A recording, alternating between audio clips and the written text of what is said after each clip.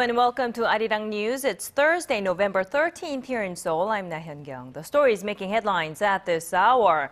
President Park Geun-hye and Indian Prime Minister Narendra Modi meet ahead of this year's East Asia Summit in Myanmar. Now they vow to expand the two countries' bilateral ties.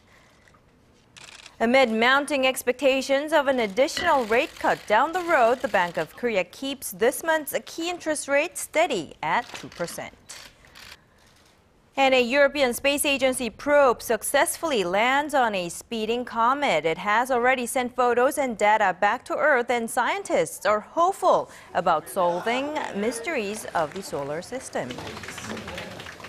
And we start in Myanmar, where the leaders of Korea and India met on Wednesday. President Park Geun-hye and Prime Minister Narendra Modi are both there to attend this year's ASEAN +3 and East Asia summits. The two pledged to enhance cooperation, especially on the economic front. ARIRANG's Choi Yoo-sun files this report from Myanmar.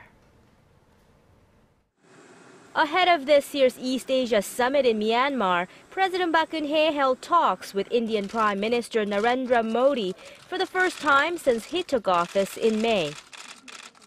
재임 중에 양국 간의 협력 모멘텀이 더욱 강화될 수 있도록 함께 노력해 나가기를 기대하면서 또 오늘의 회담이 양국 관계 발전에 소중한 밑거름이 되었으면 합니다. I hope we can cooperate to further strengthen Korea and India's relations.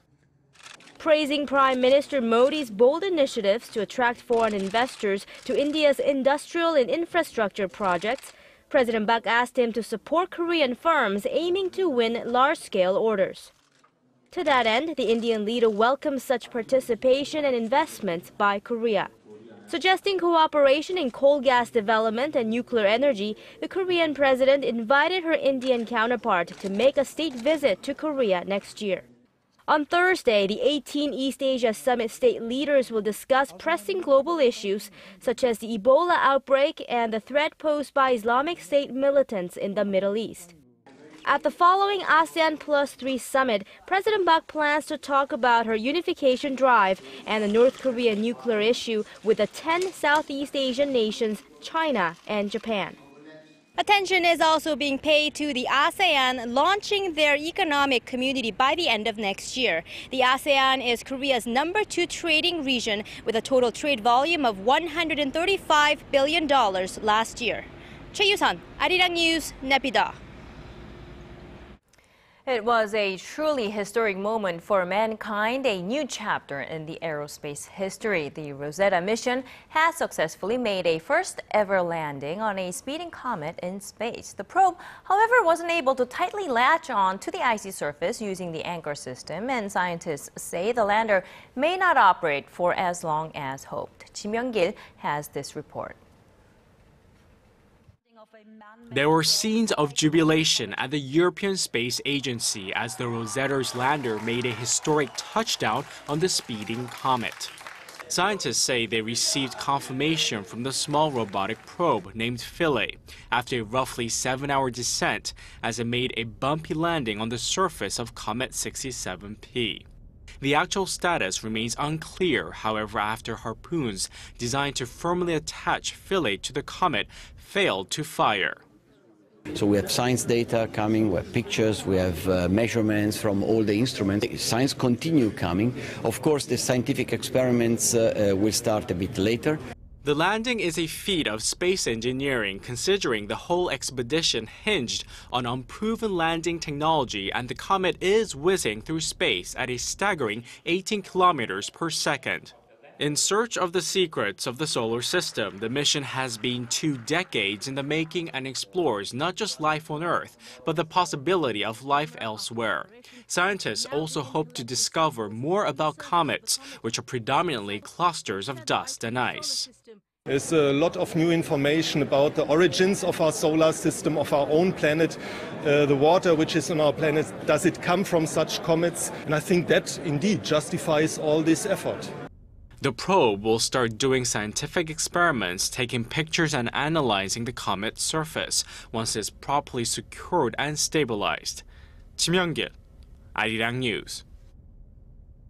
The Bank of Korea has kept the nation's key interest rate unchanged this month after cutting it by 25 basis points to the lowest ever 2% last month. But expectations are still there that the central bank might lower the rate down the road in order to tackle the weakening Japanese yen and prop up the still sluggish domestic economy. Hwang Ji-hye has the details.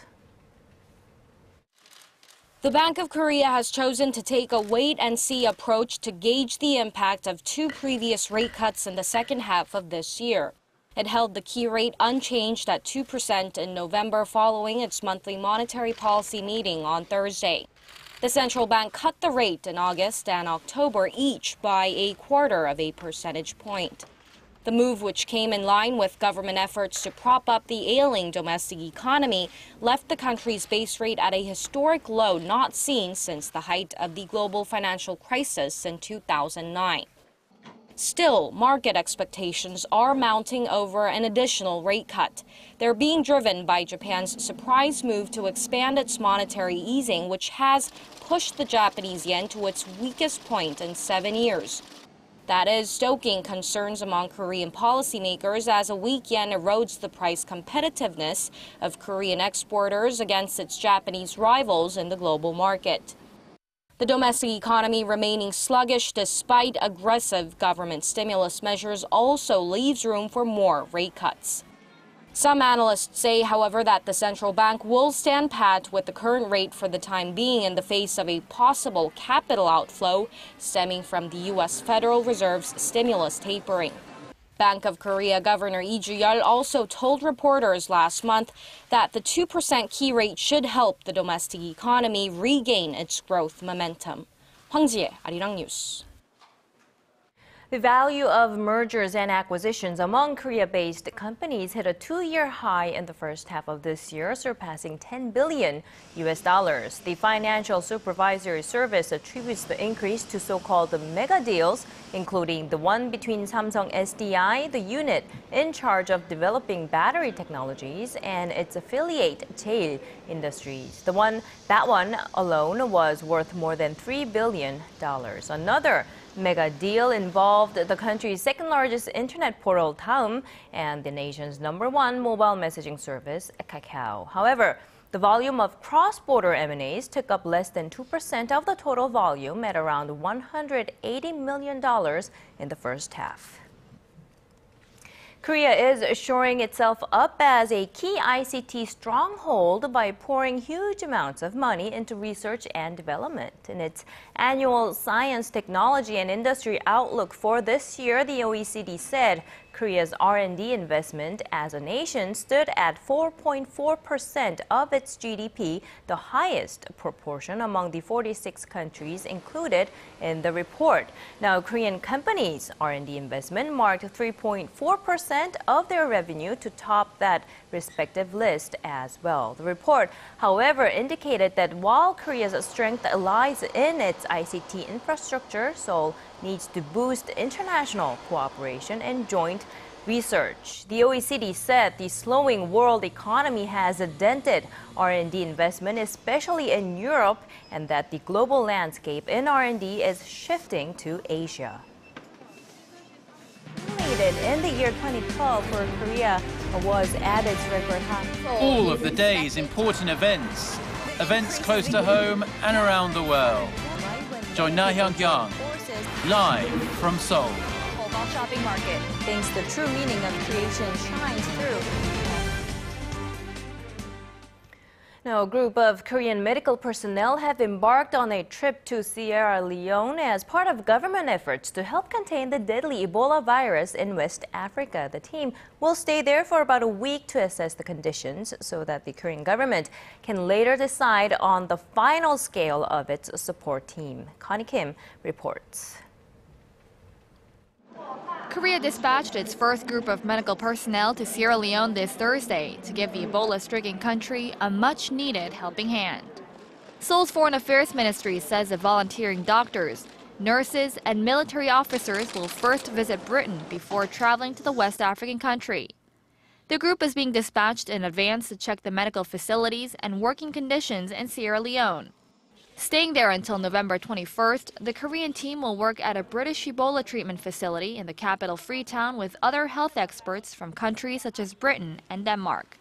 The deployment comes as the World Health Organization reports the total death toll from this Ebola outbreak has now surpassed 5,000. The number of new cases are slowing in Liberia and Guinea, but Ebola is still spreading fast in Sierra Leone.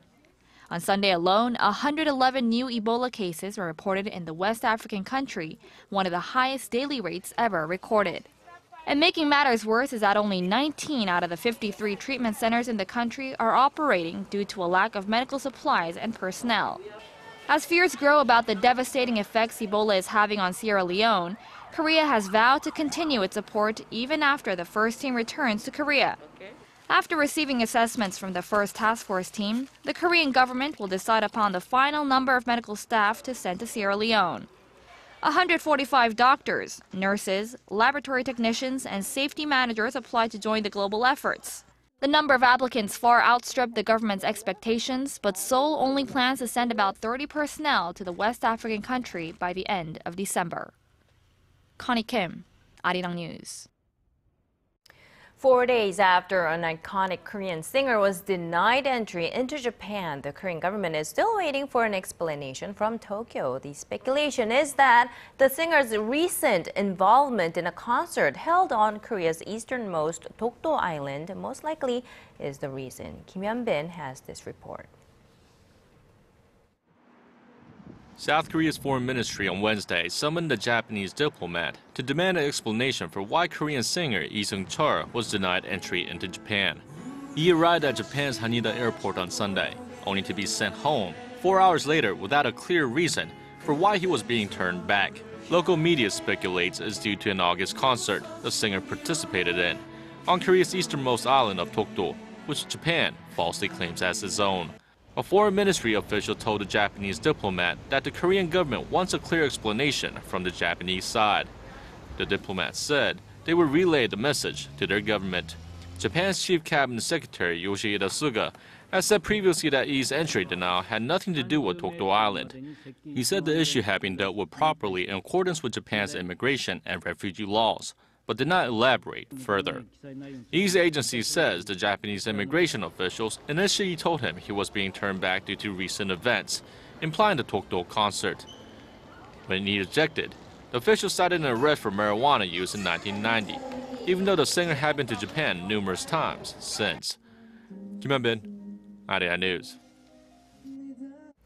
Now, today is the big day for high school seniors here in Korea as they are taking the college scholastic ability test as we speak. Even now, if you are Korean, you'd probably already know a number of superstitions related with exams. But for those who are not so familiar, here's our Connie Lee who explains some of the fun and some of the more ridiculous beliefs.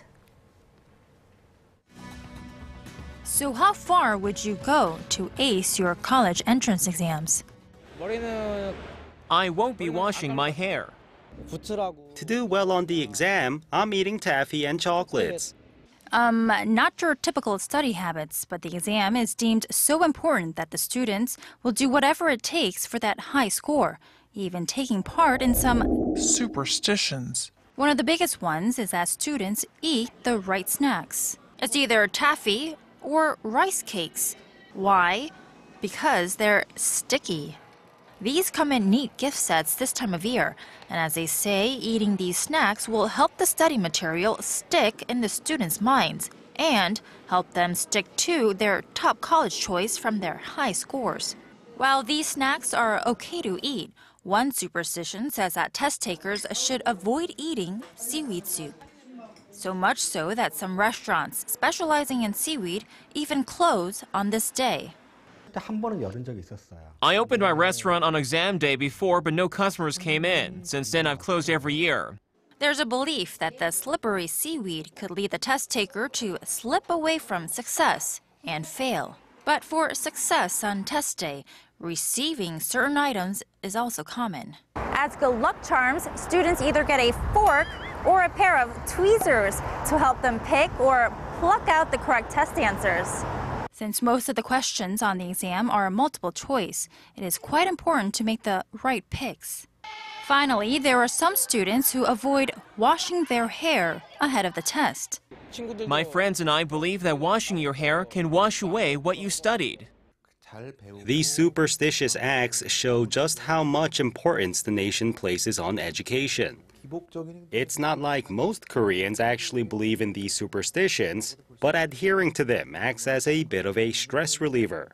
Connie Lee, ARIRANG News.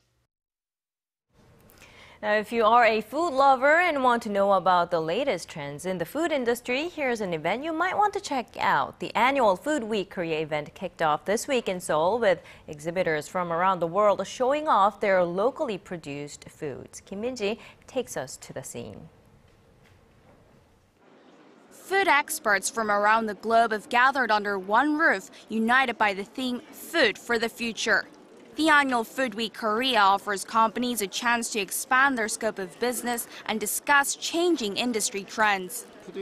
Food Week Korea will be an opportunity for the domestic food industry to promote exports as well as increase exchanges abroad. ASEAN member countries are also taking part to help promote their lesser-known food products. I'm great can be here so we can promote our products from Brunei. We hope we can find the market to introduce this blue shrimp in the Korean markets. Solely using locally produced foods, they held a special cooking session to give visitors a chance to taste a range of their unique dishes. It was a great experience to try food we can't eat every day. I was able to try shrimp, dried fish, as well as some alcoholic beverages. Also on display are Korean food products that highlight changing trends like the rise in single households and demand for food on the go. From Korean-style burritos to pre-packaged noodles, rice, and other ready-to-eat meals, the wide selection is attention-grabbing. And small and medium-sized companies are also here in full force to capitalize on opportunities to sell overseas, like this local company that hopes to increase its brand awareness and gain a competitive edge in the global market. Along with the aim of boosting development in the food industry, exhibitors have come with hopes of promoting their products to a larger consumer base at the event, which runs through Saturday at COEX in southern Seoul. Kim Min-ji, ARIRANG News. And moving on to sports, this person has already established herself as the youngest winner and the youngest millionaire on the LPGA Tour. But now, the Korean-born golfer Lydia Ko can add another title to her mantle. The 17-year-old New Zealander has been named as the youngest ever winner of the Rookie of the Year title. There are still 3 events on the tour calendar, but Ko is sure to have the title as she currently has more than 1,500 points, which is more than her 2 closest competitors combined.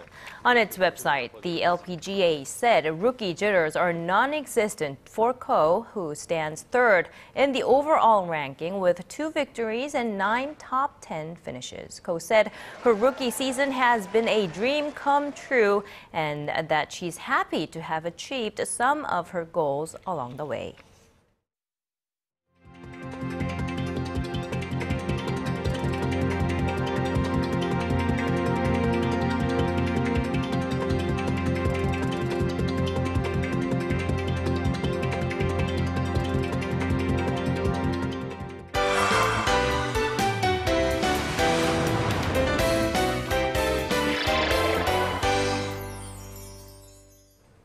Communication is a necessity within families, but oftentimes, as you can imagine, it's easier said than done. Our Im Geun-hye joins us this afternoon with a play that addresses that topic. So what do you have for us today, Geun-hye? Hello. So today I have a play. It's actually another installation to the Seoul Arts Center Q program.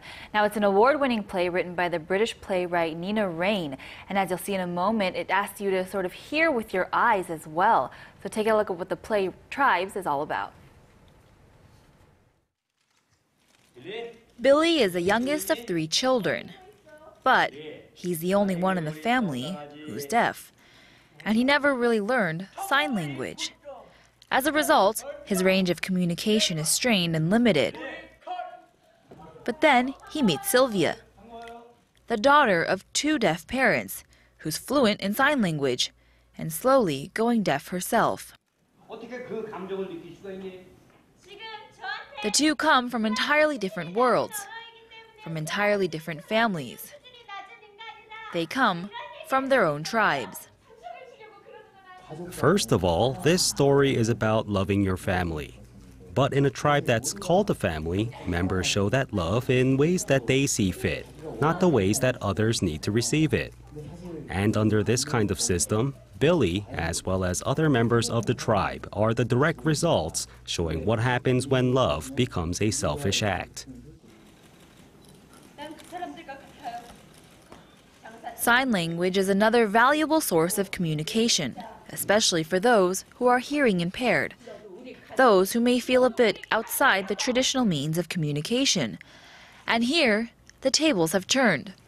Speech is no longer as meaningful as, say, signals from the hands and movements from the body. But with the loss of one sense comes a sensitivity to the others, especially the realization of the power of words.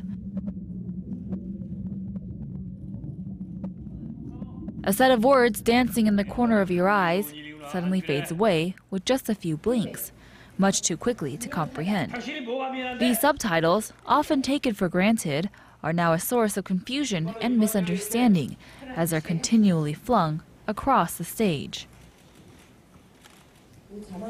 Deaf people have a harder time understanding others' spoken words, and it often becomes more about the feeling than the actual facts. That's why we made it so these subtitles are fleeting, and it becomes frustrating to read. We paint a quick image to show the feelings of the speakers and create the overwhelming experience we want to share.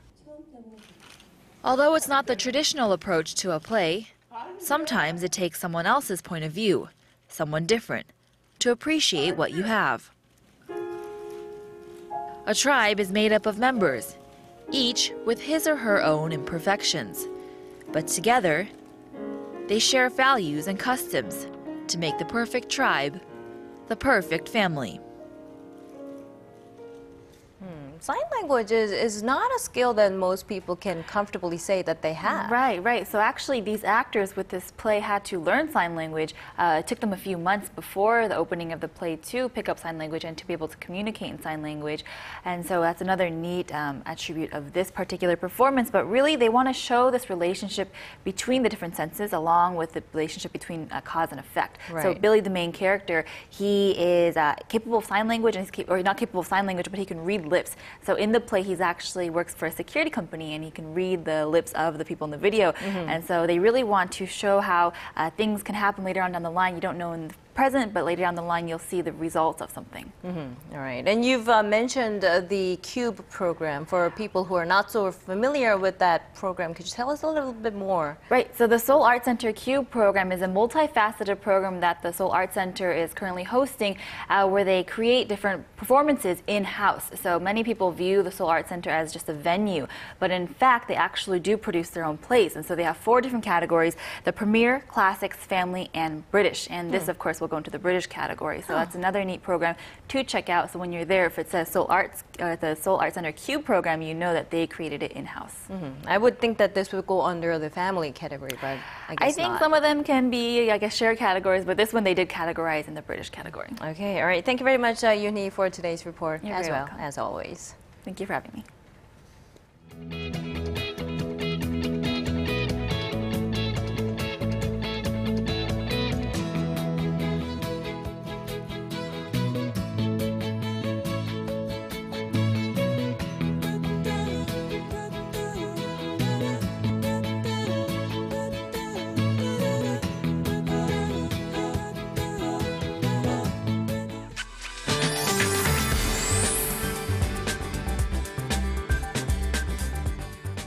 Well, the weather is being very generous for college entrance exam takers. It's the coldest exam day in 16 years, with lows below freezing, and a cold wave advisory has been lifted, but it still remains quite chilly.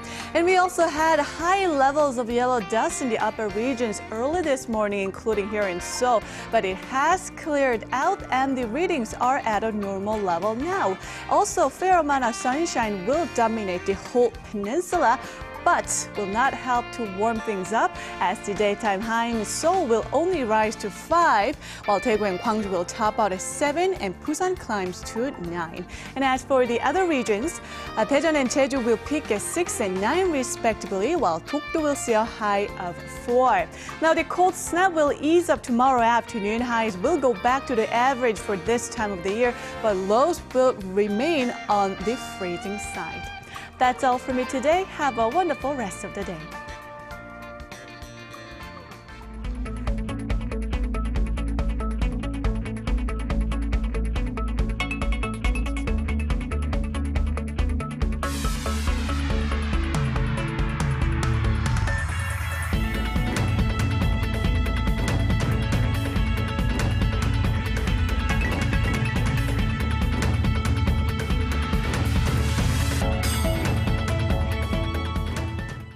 And that's all we have for now. More news coming up in about an hour and a half time at 4 p.m. Korea time. Thank you for watching.